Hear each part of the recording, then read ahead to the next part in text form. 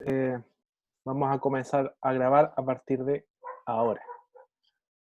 Así que, como ya les mencioné, van a haber de 20 a 30 minutos en un comienzo para hacer preguntas directas a Camila, y luego de ese momento entonces nos vamos a ir otra vez media hora, ¿cierto?, a grupos pequeños, para intentar discutir, comentar las preguntas que nos hace Camila a nosotros.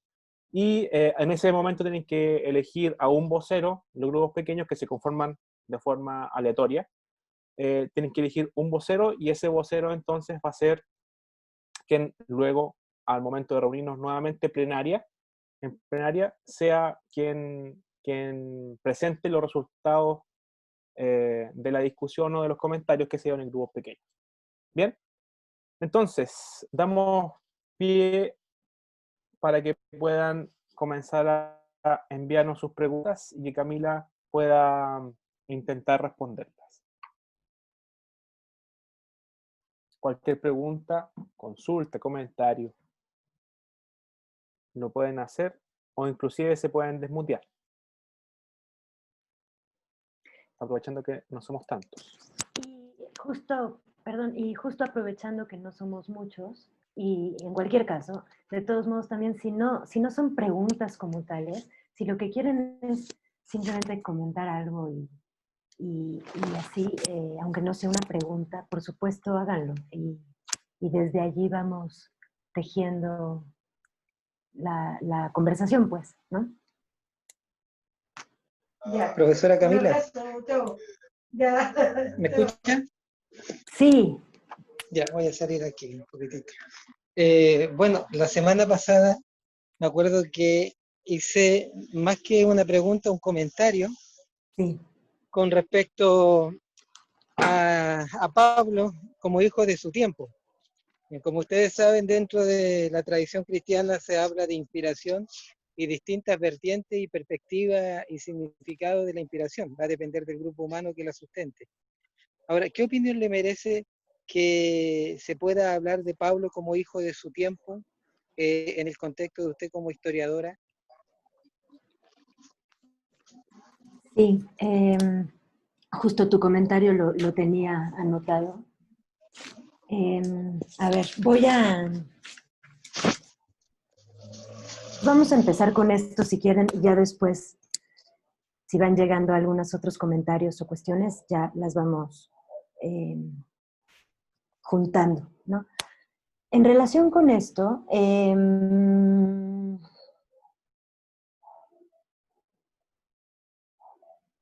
a ver, efectivamente, no hay forma de que pensemos nada, ninguna cosa, si no es a partir de su historicidad, ¿no? A partir de su tiempo y su espacio, ¿no? Nada, ninguna cosa. Ningún texto y ningún planteamiento, nada. Entonces, en ese sentido, claro, todo y todos y todas somos hijas de nuestro tiempo, ¿no? En ese sentido. Esto, sin embargo, esta idea, a veces se la utiliza para justificar ciertas cosas, sacada la idea de contexto, ¿no? Justamente. Sacada de contexto se la puede llegar a, o a veces ocurre, ¿no? En determinadas situaciones y en determinados proyectos políticos o tal vez religiosos también, o tal vez de diferente tipo, se usa esa idea como para justificar cosas, ¿no? Entonces se plantea, por ejemplo, que determinado abuso de poder o determinadas relaciones asimétricas de poder y demás se entienden como con esto, ¿no? Como hijos de su tiempo, es decir, que el horizonte no permitía pensar otra cosa y que entonces, así como está. Creo que ahí lo importante es el juicio que se hace al respecto de eso, ¿no? El juicio. Bueno, es una de las cosas, no es la única, pero es una. ¿A qué me refiero con esto? A decir, bueno, como era imposible pensar, ese horizonte impedía tener una noción distinta, entonces eso que está allí, lo que vemos allí, está bien como está, ¿no? Está bien como está porque no había de otra. Y esa valoración, ese juicio, es el que nos vuelve otra vez a atrapar en una cuestión que no es la primera, no es esa primera gran historización en donde decimos las cosas solo se pueden entender en función de su horizonte, ¿no? Y en función de dónde surgen y en el medio de qué redes de sentido surgen, ¿no? Entonces, son como diferentes aspectos implicados como problemas en lo que dices. Eres Carlos, ¿verdad? No. ¿Sí? Disculpa. Em, son diferentes como niveles de problema y aspectos del problema, ¿no? Por un lado. Pero por otro lado, lo interesante de los estudios historiográficos, y otros también, pero también los historiográficos, es que nos permiten hacer cruces de fuentes, ¿no? Y en esos cruces de fuentes, eh, justo conversaba con un amigo justo de esto hace poco. En ese cruce de fuentes, de repente, vamos viendo diferentes motivos por los cuales en un determinado contexto resulta que sí se pensaban las cosas de otro modo, ¿no? O tenemos un testimonio por allí, un testimonio por allá, de que había cosas que sí se pensaban de otro modo, contemporáneos a determinado texto, ¿no? O a determinado personaje, o a determinado planteamiento. Si es así, entonces esto lo que simplemente hace es extendernos un poquito más eso que estamos pensando que es el tiempo y el espacio, ¿no? ¿Cuál es el tiempo de este texto? Bueno, pues se nos extiende un poco más. Y cuando vemos ese cruce de fuentes que nos hace ver, que nos informa de que las cosas siempre se estaban posiblemente pensando diferente a lo que creíamos, ¿no? Que ya había pequeños avances o piedritas en el zapato de las cosas que se daban por hecho. Si es así, entonces ahí lo que también podemos ver es que hay sentidos, hay afinidades de ciertos discursos con ciertas estructuras de poder, ¿no? Que se mantienen, se puede pensar que alevosamente, deliberadamente, ¿no? Se puede también pensar que no, ¿no? Que no es un acto voluntarioso o voluntario de esa forma. Pero bueno, en cualquier caso, hay discursos más afines a ciertos poderes, más cómodos, que cómodamente encuadran con ciertos discursos del poder, aun cuando hay como flujos de pensamiento contemporáneamente que van para otro lado. Y entonces eso también es interesante de la investigación histórica, ¿no? O de toda, llamémosla histórica porque es una que fácilmente sabemos que hace esto, ¿no? Pero no es la única, pues, ¿no? Creo que incluso, bueno, en fin. Pero de pensar los textos, por ejemplo, en este caso, los textos paulinos o los textos bíblicos en general, pensarlos en ese sentido, históricamente, eso es lo que nos arrojan, entre otras cosas, ¿no? Que es sí verlos como producto de su tiempo, pero no solo a secas, ¿no? Sino también verlos como entrando en resonancia con determinados discursos del poder y con otros no, más bien siendo confrontativos, ¿no? No sé si respondí a tu Muchas pregunta, gracias. Sí, no, Carlos. sí, entendí súper bien. Obviamente se necesita un ejercicio de discernimiento y de conocimiento en esta materia y en estas oposiciones de pensamiento que hay en una época determinada. Porque, claro, yo le decía esto porque uno puede terminar justificando un tipo de pensamiento y exculpando, por decirlo así, a las personas que mantenían una práctica de vida, diciendo no eran aventajadas para la época. No le podemos pedir más. pero eso podría también justificar entonces nuevas, por ejemplo, violación a los derechos humanos, trato injusto hacia grupos distintos, justamente por considerar de que eran parte de su época. Pero claro, usted, profesora, dice, siempre tenemos que evaluar las corrientes de pensamiento contrastantes para una época determinada. Eso no está al alcance de nosotros, generalmente. Necesitamos siempre esa ayuda, esa luz de gente con la experticia que nos pueden alumbrar en ese sentido. Muchas gracias. Eh, Pienso, sin embargo, Carlos, en relación con esto último que acabas de decir, que, que hay cosas que no tiene que venir la luz de nadie, de, de esa expertise que dices, ¿no? Más bien tiene que ver con lo que construimos, los sentidos que construimos entre todos, ¿no? En algunos momentos, cuando estamos juzgando ciertas cosas, ¿no? Cuando juzgamos las cosas del presente, pues ahí ya no se seguiría lo que ahorita comentarías, ¿no? Lo comentabas tú. Pero bueno, nada más. De acuerdo. Bien, muchas gracias. Si hay alguno más que tuviera preguntas, algún comentario, alguna duda, los insultos, nuevamente los dejamos a un lado. Para otros sujetos. Para otros, para otros.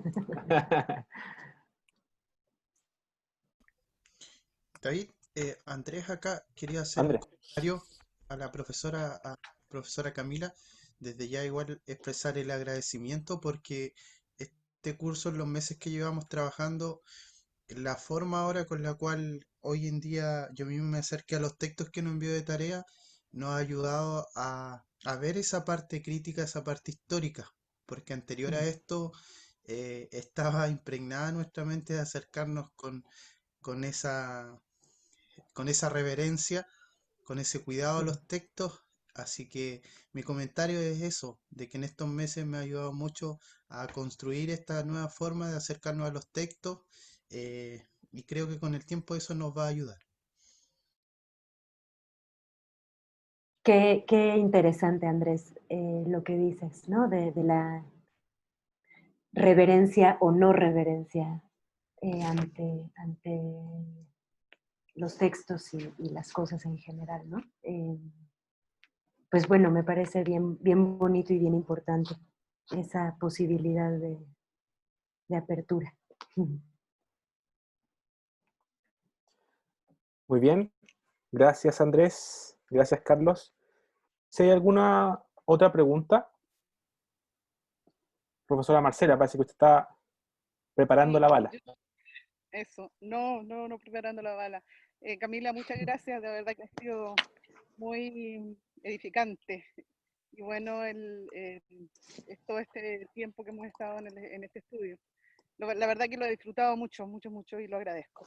Siempre se lo agradezco a David por cuando tengo la oportunidad de la invitación que me ha hecho. Yo pensaba así respecto de Pablo, eh, y de las diferentes formas que tiene de escribir, cuánto tiene que ver también con su propia etapa evolutiva o los mismos cambios que él mismo experimentó, desde que él empieza su caminar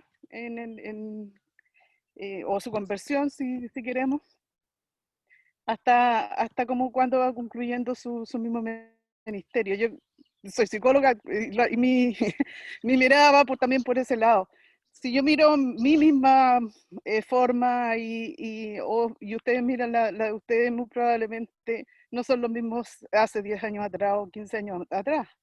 Y pienso cuánto de eso también está en la vida de Pablo, y eso también quedó y se puede ver también en sus escritos.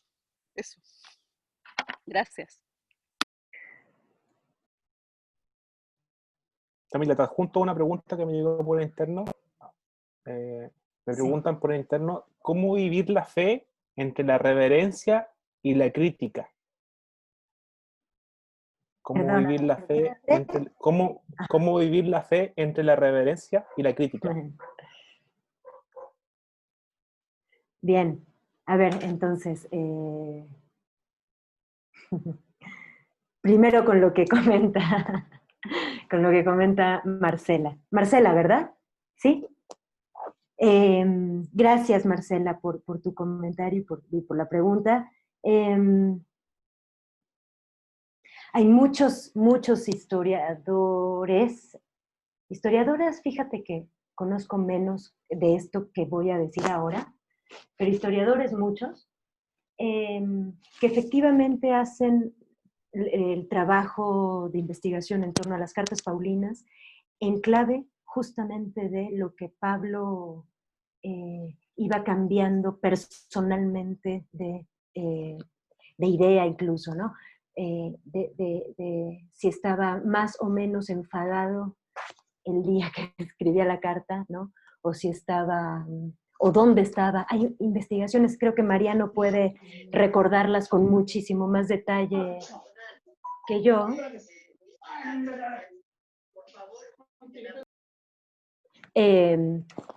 Creo que quizá, no te estoy queriendo comprometer, Mariano, pero creo que Mariano tiene mucha mejor memoria para esas cosas de detalle que yo. En relación con, por ejemplo, ¿cuánto importa desde dónde Pablo estaba escribiendo, ¿no? Y cómo podemos además adivinar, no, bueno, reconstruir y averiguar desde dónde Pablo escribía para poder comprender por qué la carta tiene este gesto y no este otro, ¿no?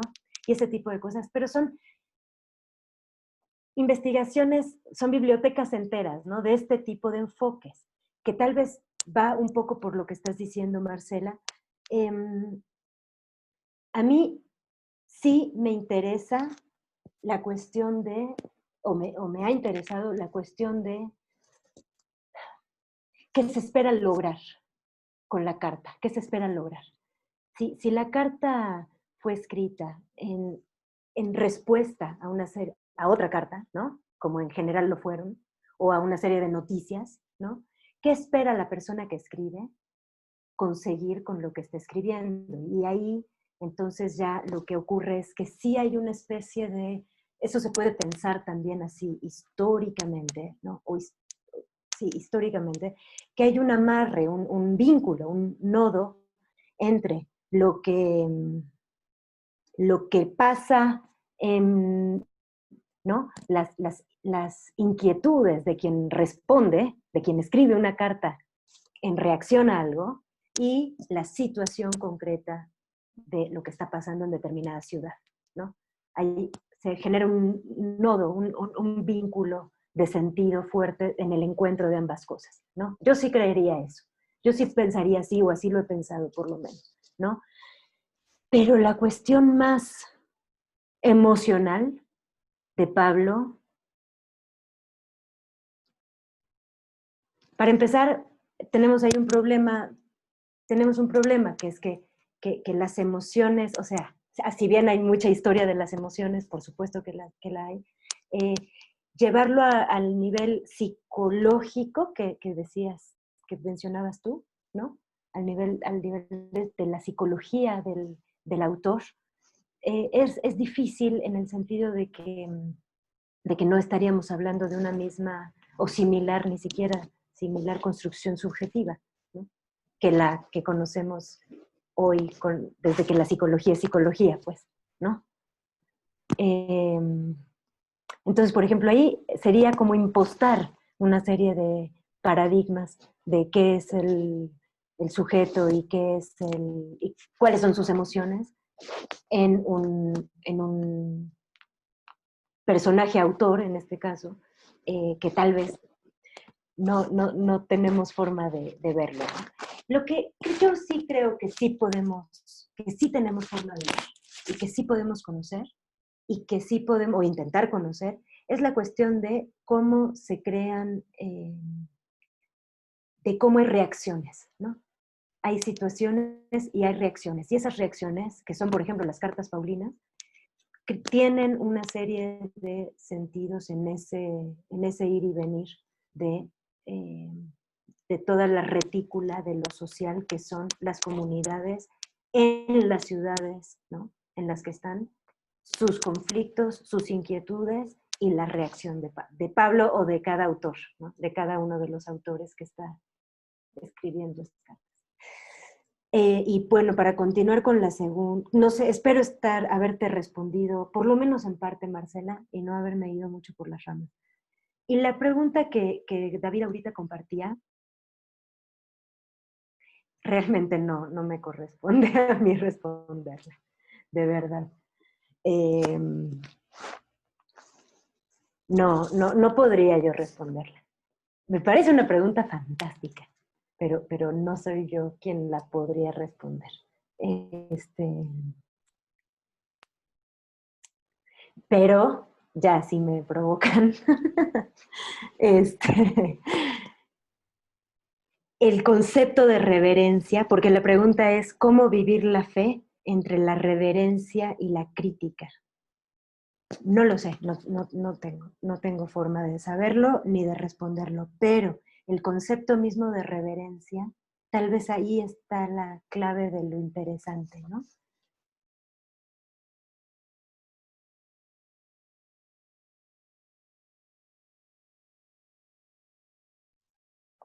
Creo que se acaba de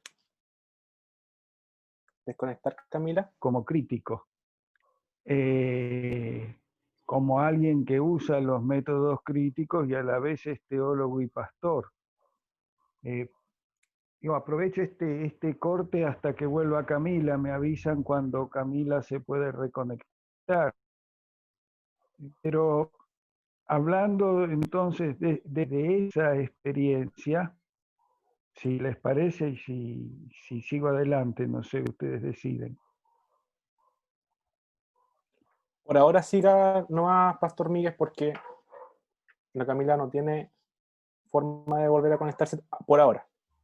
Bueno, no, lo que decía es, cuando me hacen esa pregunta yo recurro a un versículo de Jesús cuando le preguntan cuál es el principal mandamiento, dice, amarás a Dios con toda fuerza, con toda tu mente, con toda tu vida. Y ahí es donde yo encuentro el criterio de que uno tiene que aplicar fiel, concienzudamente toda su mente como parte del amor a Dios. Es decir, una lectura crítica no destruye el amor a Dios, sino que nos obliga a profundizar respuestas que lo hacen más relevante. A mis alumnos yo les solía decir que el que no duda no crece en la fe, ¿no?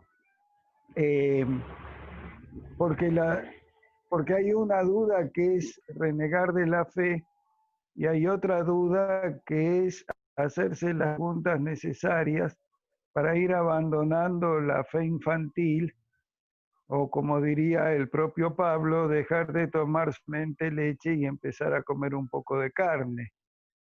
Es decir, profundizar la crítica no es una falta de reverencia a Dios ni a la Escritura, sino que por el contrario para mí es el ejercicio de una total sinceridad en esa fe, ¿no?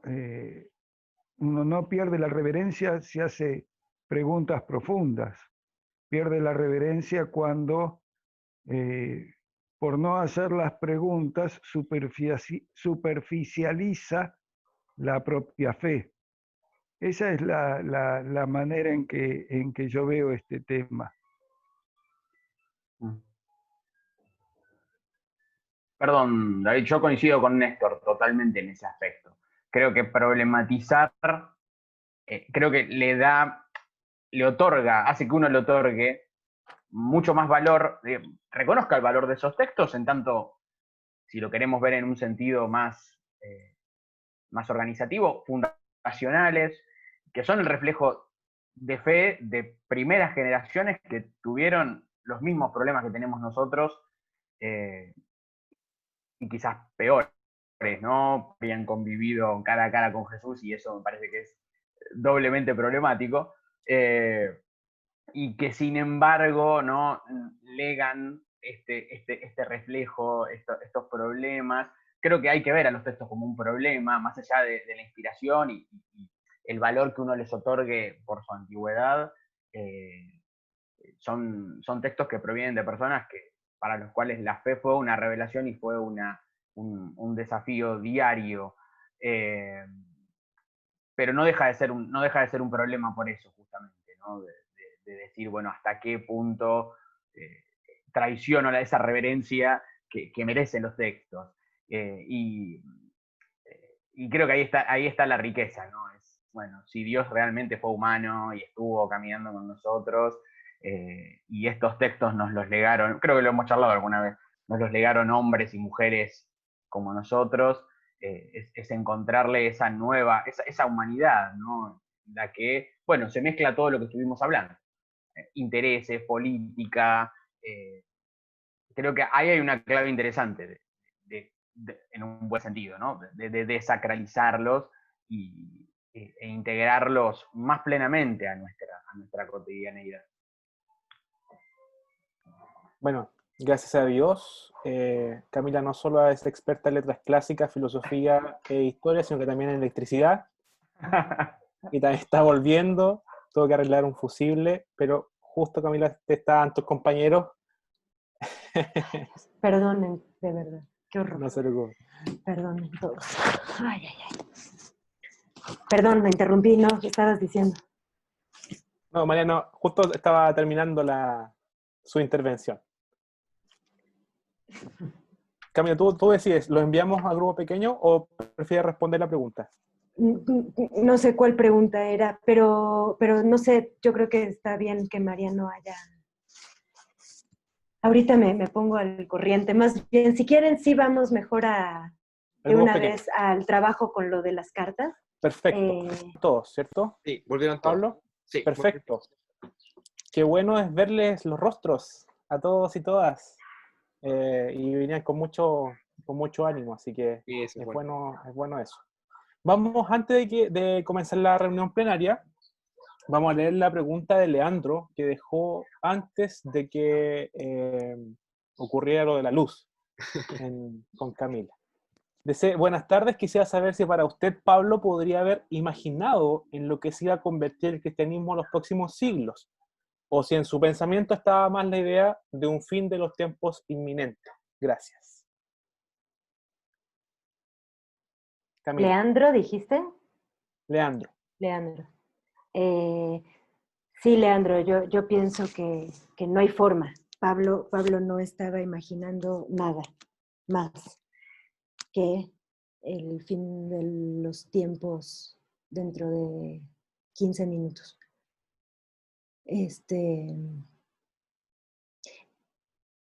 Que no significa que entonces hubiera una ausencia de proyecto, ¿no? De alguna forma, una suerte de proyecto.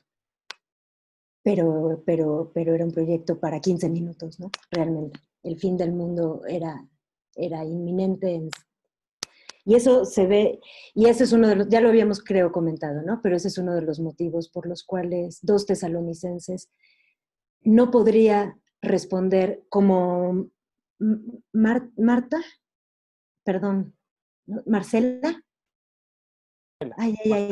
Marcela, perdón. Como Marcela decía hace rato, no podría responder 2 tesalonicenses a un giro, ¿no? En la actitud paulina o en el, yo pienso, ¿no? En cambiar de idea, ¿no? O cambiar de opinión a lo largo de los años. Es radical, el planteamiento es radicalmente contrario, ¿no? 2 tesalonicenses cuando dice, no piensen que el fin del mundo es ya, mientras que en todas las 7 cartas paulinas el fin del mundo es ya. Entonces, Leandro, claro que no, Pablo no creo, o sea, quien redacta las cartas, las 7 cartas que se consideran paulinas, no puede estar ni siquiera imaginando, por ejemplo, algo así como las cartas pastorales, las 3 cartas pastorales, ¿no? Ni siquiera eso. Ya no digamos el cristianismo como vino a ser después, a partir del año 110 sobre todo, ¿no? Pero ni siquiera lo que se dice en las cartas pastorales. no podría haber estado conforme con eso que se plantea allí, ¿no? No sé si esto responde Leandro. Espero que sí. La verdad es que ni siquiera veo a Leandro en los cuadritos. Pero bueno, de Acá acuerdo. estoy. Ah, hola. Bien, entonces espero haber sido, pues, no sé, haber Sí, respondido tu gracias. pregunta. Sí. Bien. Bien, muchas gracias. Vamos a pasar entonces al momento de lo que pasó dentro del grupo pequeño. Hay solamente 3 grupos, así que vamos a comenzar con el grupo número 1. Grupo de Mariano, Leandro, Janet, de Lorenzo, de Carlos. Así que el vocero de ese grupo que encienda su micrófono y de su opinión.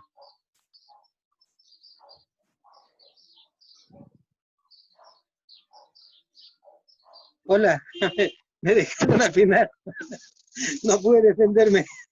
Faltaban 2 segundos. Bien. Bueno, hicimos el análisis de los textos, lo que se pudo, y conclusiones que pudimos manejar en términos generales, es que son 2 contextos muy distintos. Primero Corintios, la primera carta, y Romanos. Aparte que en tiempos, en condiciones y en esfera del sentimiento y de la emoción son muy distintos. En el caso de Corintios, todos sabemos que hay contextos de mucha tensión, sobre todo el capítulo 1, las divisiones, lo que Pablo empieza a tratar, los problemas típicos que encontró en esta congregación y las tensiones. Mientras que en Romanos, Pablo no conoce al parecer la comunidad, por tanto la carta de Romanos es más bien una carta de presentación, una carta diríamos, casi de autorrecomendación. Y cuando pensamos en los conceptos de autoridad que plantea en uno y en otro, en el primero está haciendo un análisis de un hecho histórico, que sería la muerte, pero lo analiza desde un punto de vista teológico. O sea, cómo cristianos y cristianas, y bajo el auxilio del discernimiento de Dios y su sabiduría, podemos entender el alcance de la muerte de Jesús y cómo en la muerte de Jesús los poderes de este mundo, incluidos los gobernantes obviamente, han tenido una parte no menor, sino una parte lamentablemente grande. Y sin duda que ahí hay una acusación directa hacia las autoridades porque han cometido un hecho que es injusticia a todas luces. En tanto en Romanos, que también hicimos el análisis crítico, con Romanos 13, un texto muy, muy mal usado para sostener distintas dictaduras en América Latina, sosteniendo algunas de ellas, vimos que Pablo acá está en un contexto un poco más moderado, no está peleando con nadie, pero no obstante puede sí ser una especie de apología no evidente, en la cual Pablo esté defendiendo una posición que él no fomenta. Él no está fomentando, por ejemplo, las divisiones o los enfrentamientos con el Estado de turno. De hecho, comienza de una manera que es chocante. De hecho, Leandro decía, hay una palabra que me choca, esta idea de la relación entre autoridad y autoridad de Dios. No obstante, se puede entender también eso en el contexto que Pablo quiere enfatizar de que él no está promoviendo ninguna sedición en el imperio. Al contrario, él cree que las autoridades han sido puestas por Dios y le coloca las autoridades porque una autoridad tiene el deber de dar recompensa y también castigo. Bueno, bajo esos parámetros, la iglesia tampoco debe temer, porque si la iglesia se dirige bajo el parámetro del ágape, por tanto no tiene que temer el castigo o la reprimenda si hace lo que es bueno. Ahora, si haciendo lo bueno recibe el castigo, bueno, queda en evidencia nomás la sublevación de estos poderes con respecto al reinado de Dios. Luego estaba también el tema de las eclesías que aparecen ahí. No lo abordamos tanto, pero sí nos dimos cuenta de que son 2 contextos distintos. Una iglesia en la cual Pablo conoce muy bien y otra iglesia que está a punto de conocer. Al menos no ha tenido los problemas, no ha tenido los contactos que sí ha tenido con Corintios y que demuestra sus diferentes cartas. Y el tema de la espera, que tenía que ver con lo escatológico. Decíamos ahí que Pablo plantea la disolución de estos poderes con respecto al reinado de Dios en Cristo, mientras que en Romanos hay una cierta espera de vivir el mundo presente, de no acomodarse, pero sí vivirlo de acuerdo a los órdenes que se han establecido para la convivencia de la sociedad. Bueno, eso fue lo que en resumen puedo decir de la conversación. Perfecto, muchas gracias. Entonces el grupo número 1, y vamos a pasar al grupo número 2, grupo compuesto por Efraín, por Juan Manuel, por Óscar Carrillo, Óscar Espinosa también. Así que ese grupo, quien esté a cargo de hablar, se puede desmutear. Bien, pues me tocó a mí dar esta parte, ¿no? Sobre los textos, pues bueno, aquí decía alguien en el grupo que parecería ser que son dos autores, ¿no? Los que lo realizan, ya que en uno podemos ver como que un texto habla acerca de la resistencia y otro como acatar, perdón, obedecer. Uno es como de la autoridad civil, otro es una cuestión de aceptar esa autoridad divina. Y uno nos llama al cristiano que critica la autoridad civil conforme a la sabiduría, y el otro, pues, es el hecho de aceptar lo que viene de Dios. Es una contradicción, alguien citaba hasta incluso que puede venir de un sentido estoico, ¿no? En la cuestión de lo predeterminado, que ya las autoridades están predeterminadas por Dios, como esta cuestión de lado. Y por fin, pues, la otra comunidad donde Pablo, que manifiesta el fin, ¿verdad? Por eso dice, bueno, vamos a acatar esto porque ya el fin está, ya decía la doctora, pues en breve, ¿no? Entonces nos queda otra más que acatar. Por otro lado, acerca de las comunidades, ¿qué tipo de eclesía es? Bueno, hablamos primero de una que es crítica, eh, eh, sobre todo el sentido de ver el sometimiento a los gobernantes, ¿no? También esta parte de no conformarnos y sobre todo acostumbrada a preguntar, a cuestionarse por qué está sucediendo esto, por qué sucede aquello, ¿no? Dentro de la normalidad. Por otro lado, también veríamos que son las eclesias dos tipos de público. Hay alguien que decía, una que es contemplativa, ¿verdad? Está ahí contemplando la sabiduría de Dios, y otra que se pregunta, está presente en la realidad. Vemos aquí como hay dos acciones, una que podría distarse de lo que sucede, y la otra dice, bueno, esta es la realidad, y entonces dentro de esta realidad estamos insertos, ¿no? Y por último, sobre la espera, precisamente esta espera que podría ser del tiempo, el cronos como tal, y pues el kairos, ¿no? Esta espera del Mesías. Y como esto, pues nos llevaría a una revolución que estamos esperando de ese Mesías tan prometido. Eso fue lo que concluimos. Gracias. Muchas gracias entonces al grupo número 2. Y pasamos entonces al último grupo número 3, grupo de Andrés, de Eliana, de Gerson y de Marcela. Así que quien esté a cargo de hablar puede desmutearse. Bueno, primero que nada, los aprendizajes, que el que pregunta lo dejan a cargo del grupo. Lo segundo, eh, me sumo a lo mismo que dijo Carlos y con eso estaríamos cerrados. No, la verdad concordamos en varios aspectos. Nosotros alcanzamos a abordar solamente hasta la número 2. Y una de las cosas que tratamos de hacer es trabajar un poco el pensamiento de Pablo desde la cronología, tomando lo que Pablo, si le está hablando en este caso a los corintios, es un Pablo en este caso que está iniciando, aunque conoce la comunidad, pero esa experiencia le habrían brindado después el poder vivir sosegadamente y no exponerse en este caso a los lugares incluso que él ni conoce, y las experiencias que le brindarían al no sujetarse, al no someterse a los romanos. También apareció el comentario, por eso decía, me sumo a lo que dice Carlos, el uso de los textos, en este caso acá en Chile. Se mencionó eso bajo tiempos de dictadura. Dentro de la iglesia se usaba estos textos como para ni siquiera cuestionar y sentar a charlar lo que se estaba haciendo mal.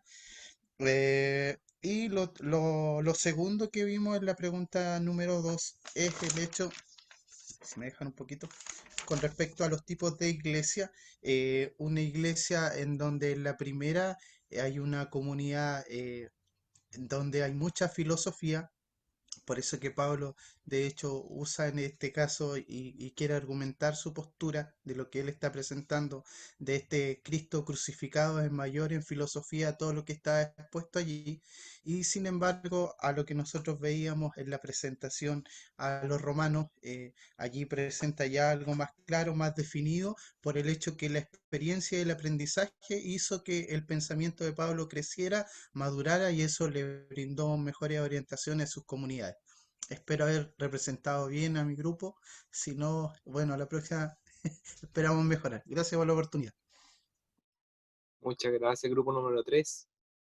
Entonces le damos un tiempo a Camila para, bueno, para cerrar un poco la sesión de hoy día. Pero muchas gracias a todos los grupos. Camila, estás muteada.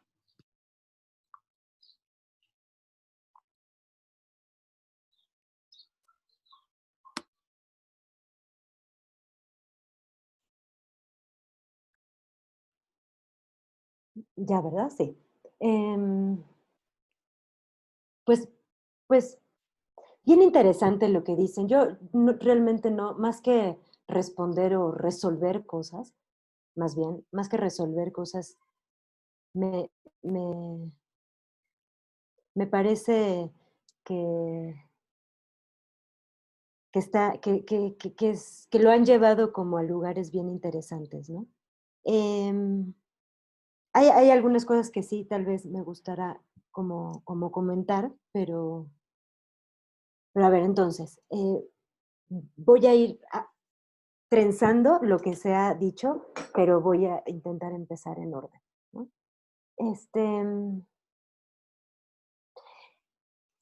Esto es exactamente, pues, a lo que yo quería como apuntar, lo que comentó Carlos en voz del equipo 1. Esto es lo que yo justo quería como quedara bien marcado, bien subrayado, ¿no? Que tiene que ver con la cuestión de si estamos promoviendo o no estamos promoviendo sedición a los poderes instituidos, ¿no? Y eso es increíble, como no es, por supuesto, este pasaje de 1 Corintios no es el único donde se cuestionan las autoridades. Fue el que elegí entre varios, pero lo que Néstor estuvo contando sesiones atrás de 1 Tesalonicenses y lo que vimos la semana pasada sobre, ¿se acuerdan esta cuestión de la paz y la seguridad? Tan pronto como digan paz y seguridad, el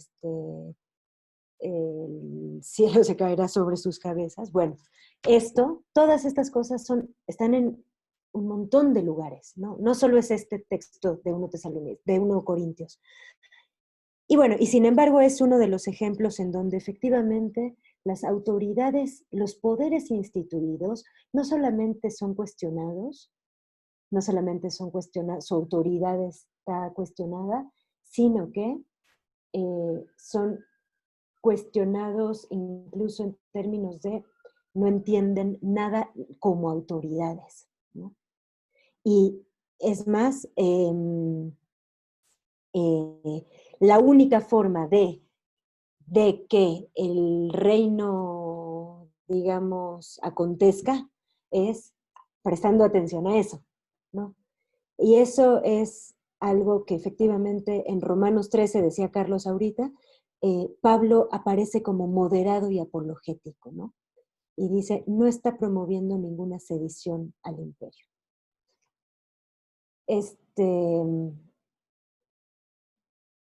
Que si se puede comprender, como decía Andrés ahora, ¿no?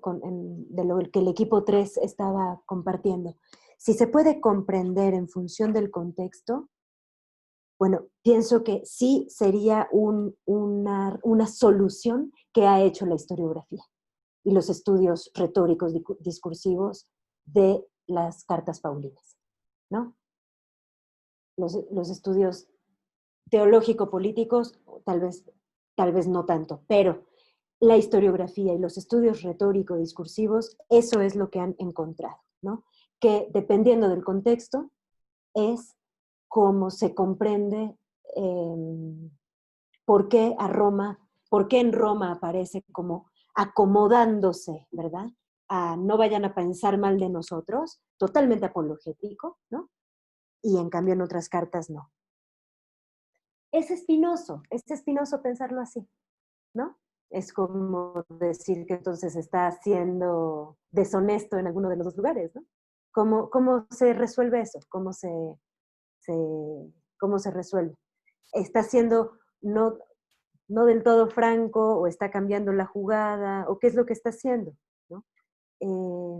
Si se trata de acomodarse al imperio y no quedar mal de esa manera, entonces, ¿para qué querríamos acomodarnos al imperio si el fin del mundo efectivamente ocurre dentro de 15 días, dentro de 15 minutos, decía yo hace rato, ¿no?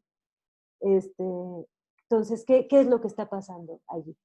Por eso la cuestión del contexto es espinosa. Otra solución que han planteado también algunos investigadores, algunos académicamente, ¿no? Desde estudios filológicos y demás, e históricos, es que más bien lo que ocurre es que Romanos 13 es una interpolación, ¿no? Que Romanos 13, que es un capítulo o una perícopa por lo menos interpolada, ¿no? Y eso también, con la mano en la cintura, también resuelve todo, al decir, no, esto no es Paulino. Bueno, es una postura, ¿no? Son posturas analíticas, pues, ¿no? Si no es así, efectivamente puede tener que ver con otro tipo de planteamientos y de problemas, ¿no?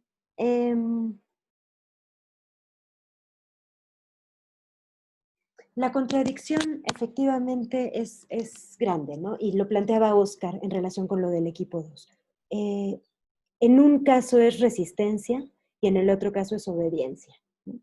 En un caso, incluso resistencia, pero una resistencia sui generis, ¿no? Sería una resistencia más bien como de sustracción, como de estas autoridades, más que ir a levantar, organizarse en su contra, más bien es como sustraerse de sus tentáculos de poder, ¿no? En 1 Corintios.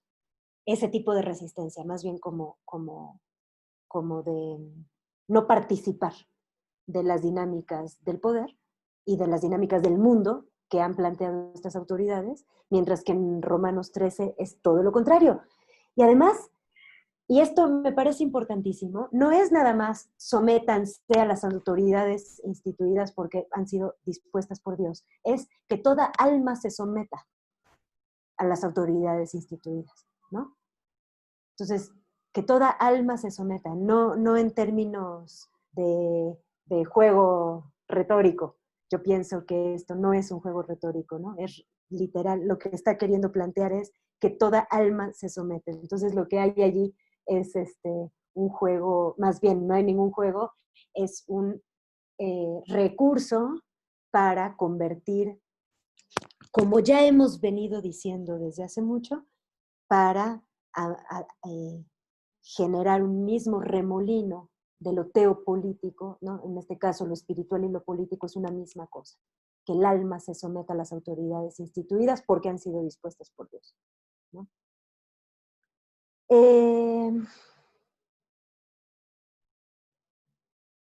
Lo que decían que Juan Manuel planteaba sobre el estoicismo, que entonces en Romanos 13 aparecería como que las autoridades están puestas por Dios porque todo está predeterminado, ¿no? Incluyendo, ahí no me quedaría muy claro la cuestión de, y cómo se engarza en eso la cuestión del fin del mundo, ¿no? ¿Cómo es la cuestión? Sería, ¿qué está pasando? Que en este texto ya no, la inminencia no es tal, o más bien que esas autoridades están puestas allí para que la inminencia sea tan veloz como necesita ser, ¿no? Más bien sería eso. Pero ahí lo que no, de nuevo, como decía en el caso de hace un ratito, una vez más allí, ¿por qué no está funcionando igual en los otros textos, ¿no? ¿Por qué no es así? Ni en 1 Tesalonicenses, ni en 1 Corintios, etcétera. ¿Qué es lo que está pasando para que en un rumbo discursivo operen las cosas de una forma y en otro rumbo discursivo operen de otra? En una carta que no está planteándose que no sea Paulina, ¿no? Nada menos que Romanos. Todo lo contrario, casi se lo ha planteado como el gran testamento o testimonio paulino, ¿no? Entonces, yo pienso que eso sigue sin resolver esa contradicción o esa diferencia tan fuerte entre cartas, ¿no?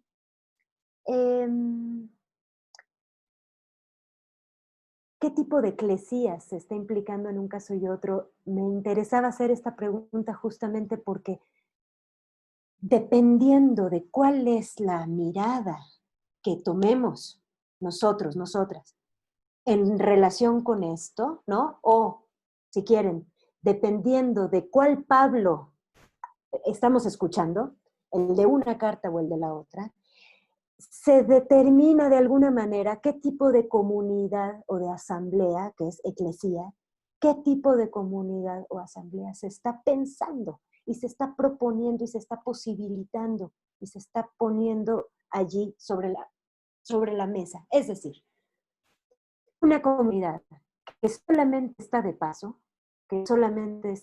porque estamos en este tiempo, un tiempo que está por terminar, ¿no? Es un tiempo solamente, como allí dice, ¿no? De espera, en lo que ya finaliza el mundo, en lo que viene el fin del mundo. ¿Qué tipo de comunidad es esa? ¿Esa comunidad implica un proyecto? ¿No implica un proyecto? ¿Es en sí misma un proyecto? ¿Es una comunidad que tiene que cuidar ciertas cosas? ¿Ante quiénes?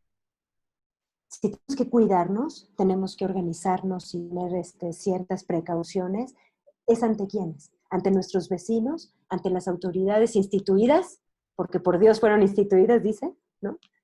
O bien, más bien, como también dice en otro lugar, ustedes ayúdenme, yo no me acuerdo, el pasaje exacto, ¿se acuerdan cuando no tenemos que acudir a tribunales de infieles? Creo que es 1 Corintios también, pero no sé, ustedes ayúdenme. No hay que acudir a tribunales de infieles, ¿no? Las cosas las tenemos que resolver a lo interno. Los tribunales romanos son absolutamente ilegítimos, espurios. ¿Cómo puede ser que entonces Romanos 13? Bueno, vuelvo a la cuestión. La cuestión es qué tipo de eclesía se está planteando en cada caso. Y realmente pienso yo que son proyectos de eclesía, es decir, proyectos asamblearios, proyectos de comunidad, bien diferentes. Y por eso importa, y por eso yo les proponía esta comparación entre pasajes, por eso importa ver estas diferencias, ¿no?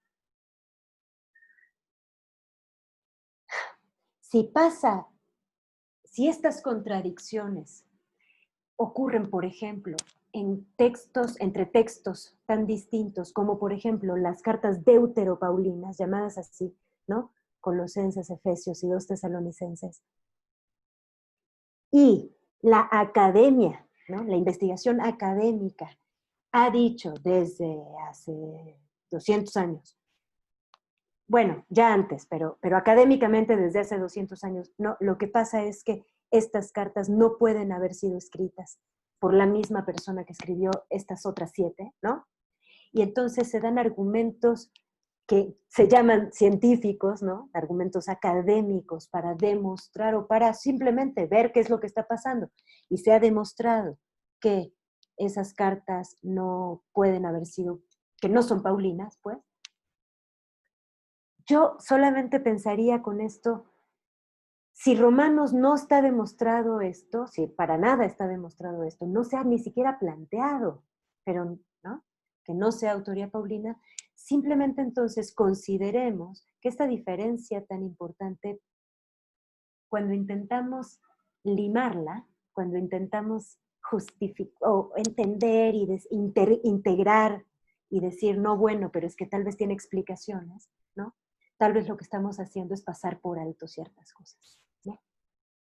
En ese intento por integrar y por autorizar, es decir, por darle la autoría que queremos que tenga. Bien, son un montón de cosas. Por ahora lo dejaría aquí, de lo que anoté. Todavía hay otros puntos que anoté, pero tal vez me gustaría dejarlo acá para, si tienen más comentarios, que hagamos otra. Perfecto, Camila. Otro vaivén. Sí, Lorenzo hace una pregunta, te la voy a leer. Dice, en relación de Romanos 13, someterse a la autoridad sabiendo que los sistemas de gobierno romanos no eran conformes a la justicia de Dios, este consejo debió ser difícil de escuchar para la iglesia en Roma.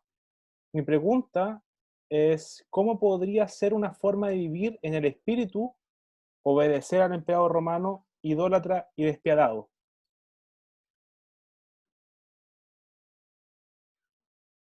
Claro, ¿cómo podría ser la forma de vivir en este espíritu o en el espíritu de la comunidad a la vez que obedecer al emperador romano idólatra y despiadado? Bueno, según las cartas, ¿no? Según lo que sabemos de las cartas, hay pasajes donde simplemente se dice que no hay forma, que vivir en el espíritu es no obedecer al emperador despiadado. Eso es vivir en el espíritu. La justicia es eso, ¿no? Según algunos pasajes, según algunas cartas, según pienso yo, según la mayoría del corpus paulino, eso es lo que diría, ¿no? Entonces, no habría forma. Solo en Romanos habría forma. Y eso es lo que quería yo hacer notar, pues, que es espinoso, es espinoso. Dejamos entonces abierta la posibilidad a que haya algún tipo de comentario, alguna réplica, alguna pregunta en torno. Efraín tiene ganas de preguntar, siento yo. Sí, ¿no? ¿no? Sí.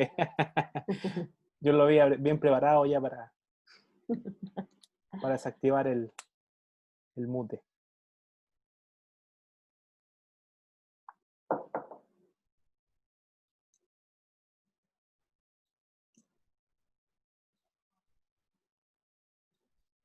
Aparentemente no hay comentarios, Camila. Bueno, pues no pasa nada también ¿no? A veces también lleva más tiempo pensar cómo estructurar las cosas y las preguntas, ¿no? También pienso que no pasa nada si lo terminamos más temprano, pero tal vez también, no sé si David, Pablo, Mariano o Néstor quieran comentar algo, tal vez, o plantear algo, no sé. Una breve cuestión, si puede ser. Claro, Néstor, adelante. Primero, el texto que decías que donde se desconoce la autoridad de los tribunales, es 1 Corintios 6, del 1 al 9, si no me equivoco. Muchas gracias. La segunda cuestión, que esto ya lo planteó Karl Barth frente al régimen nazi hace mucho tiempo sobre 1 Corintios 13. Fíjense en qué momento había que pensar este texto. Y lo que dice Barth, para resumirlo y no entrar en mucho detalle, en todo caso, cuando me toque a mí, puede ser que haga alguna referencia, aunque no es el tema específico, es que hay que leer Romanos 13 sin usar el corte que estableció ¿cómo es que se llama? Después el diseño, la diagramación. La cesura, sí. Efectivamente, y hay que leerlo partiendo desde Romanos 12:9 hasta el final del capítulo 13. Porque ahí justamente se marca todo un contexto de persecución, de sufrimiento, de eventual, digamos, de eventual deseo de ira y de venganza, y que cuando uno lee todo, al final, nuevamente la cuestión escatológica aparece muy fuerte sobre el final del capítulo 13. De manera que si uno lee esos 7 versículos en el conjunto de Romanos 12:9 hasta el final del capítulo 13, no parece ser tan, digamos, tan acomodaticio como si uno lo lee solo esos 7 versículos sin el contexto literario. Y que por otro lado no dice obedezcan, sino sométanse. Sométanse. Ujú. Lo cual significa tener que aguantar muchas veces autoridades injustas sin rebelarse en una forma vengativa. No quiero entrar en toda la exégesis, es la clase de Camila, no la mía.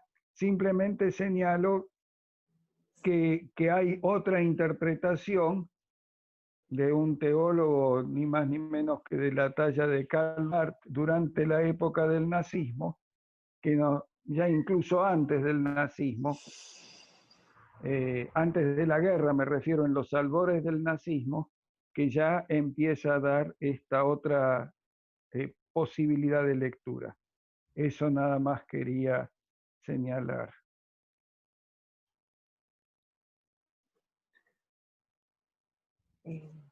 Gracias, Néstor. Es súper interesante, yo pienso, lo que estás planteando. Efectivamente, tal vez no ahora mismo no sea como posible entrar en ese detalle, pero es realmente interesante la cuestión de esto que decías del verbo, que es someterse y que por lo tanto no se le estaría dando un sentido positivo, sino más bien negativo, ¿no? Y sin embargo, por cómo está lo de alrededor, tal vez también se puede cuestionar eso, ¿no? Pero insisto, tal vez no sería ahora mismo el momento y el lugar. Incluso hasta podríamos pensar en hacer otra cosa. Se los dejo, chicos, como propuesta. Hagamos una conversación fuera del seminario, fuera de este seminario, sobre Romanos 13, así a secas, ¿no? Porque sí estaría Ah, muy pero bien. qué buena propuesta. Qué buena propuesta. Diálogos la coge, pero con brazos abiertos. Es una oferta que no podemos rechazar. Es una oferta Bueno. que no podemos rechazar. Genial. Muy bien. Porque sí está Insisto, interesante si esta lo, cuestión verbal. si Ajá. lo hacemos, que sea 12 y 13. Bueno, de acuerdo, sí, sí. No nos sometamos a esa cesura que pusieron los impresores y que no estaba en la carta de Pablo. Pablo no separó sus cartas en capítulos. Claro. Bueno. Bien. Camila, Efraín dice que le gustaría preguntar o comentar acerca de Romanos 12. Esta cita, no se conformen a este tiempo. Él dice que pareciera ser que contradice a Romanos 13.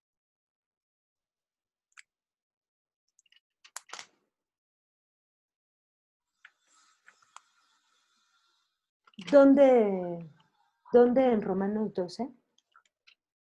Lo busco. 12:2. Ah, gracias. 12:2. Gracias, Pastor Néstor, que tiene toda la Biblia ahí en la memoria. En la memoria. Sí, Sí. sí, sí. Por supuesto.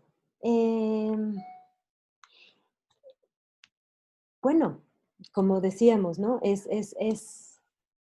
Néstor ahora plantea una forma de entender el capítulo 13, desde 12:21, ¿no? Y todo el 13 desde otro lugar, ¿no? Como desde un lugar más bien,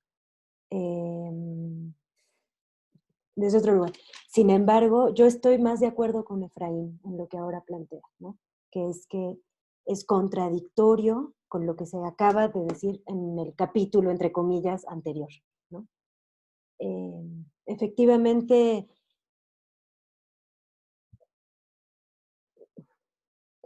sí, es problemático. No sé cuánto más ahondar en la cuestión verbal que ahora decíamos, ¿no?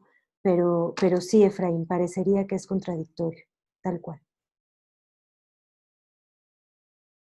Y contradictorio con todos los otros planteamientos que hemos estado viendo en todas las otras cartas, ¿no? ¿Qué es lo que dice el primer caso de doble piensa? Es Pablo quien escribe eso. Es una referencia a 1984. De Orwell. Ah, ya. Muy bien. Entonces, nos quedamos acá. Antes de despedirnos, queridos y queridas, solamente decirles que nos quedan las últimas 2 sesiones. Usamos el mismo afiche, solo de distintos colores, para la que va a ser la sesión de Néstor Míguez, el 17 y el 24 de noviembre. Desde ya yo sugiero que, a manera, digamos, de interpretar el título, vayamos leyendo Gálatas y vayamos leyendo Romanos, porque el pastor va a trabajar los conceptos libertad, gracia y ley. Bien, entonces eso nos vemos el próximo martes. Vamos a estar dialogando en torno a eso. Y para los que quieran integrarse, los que quieran saber más información, este viernes comenzamos con el nuevo curso de diálogos en torno a la comunidad de Mateo, una lectura socio-retórica del Evangelio de Mateo, que lo va a dictar el magíster coreano-chileno Sang Yong-yun, que es bautista y también ha escrito respecto de justamente esta lectura bastante novedosa, digámoslo así, en torno a Mateo. Así que bueno, quien quiera participar, comenzamos este viernes. Nos escriben por interno y le podemos dar toda la información necesaria. Por nuestra parte nos despedimos, como siempre, agradado de estar con ustedes, de compartir sus preguntas, de compartir sus dudas. Así que estamos muy, muy contentos porque esto ya está, no porque está finalizando, sino que porque lo vemos como un logro, como el primer seminario de larga data que vamos a terminar. Así que muchas gracias por su presencia y nos vemos entonces el próximo martes. Que estén muy, muy bien. Chao, chao. Gracias. Chao, chao, muchas Gracias. gracias.